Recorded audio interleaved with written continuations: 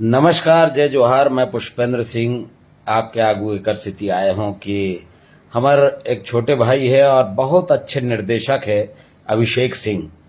अभिषेक सिंह जी एक फिल्म निर्देशित करे है जेकर नाम है मैं दिया तैमूर बाती।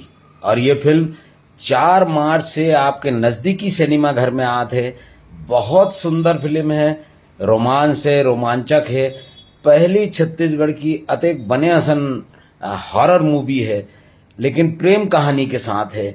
आप माया के और दुलार दाओ, खूब मजा लो और 4 मार्च से नज़दीकी सिनेमा घर में देखे बर जाओ छत्तीसगढ़ी फिल्म मैं दिया तैमूर बाती। बहुत अकन कलाकार है। हमार छत्तीसगढ़ के सुपर हीरोइन अनुकृति चौहान है, एक्शन स्टार दिलेश साहू है और अब्बड़ अकन कलाकार माने में काम करे हैं। तो आप सब झन ला आशीर्वाद दो। 4 मार्च के देखे बर जरूर जाओ। फिल्म के नाम है मैं दिया तैमूर बाती। जय जोहार, जय छत्तीसगढ़।